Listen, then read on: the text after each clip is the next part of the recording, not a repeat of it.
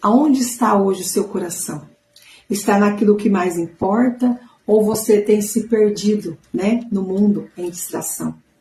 Começa a agradecer aquilo que você já tem, abraça o processo que você está vivendo e pede para Deus 3 coisas: novos conhecimentos, nova sabedoria do céu e as estratégias certas para poder você vencer, lutar, perseverar, mas olhar e já agradecer aquilo que Deus já trouxe para você.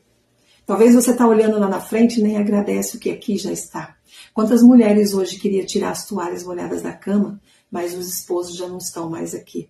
Quantas mães queriam recolher os brinquedos, mas os filhos já casaram e foram embora, não tem mais como voltar? Então olhe hoje para aquilo que mais importa.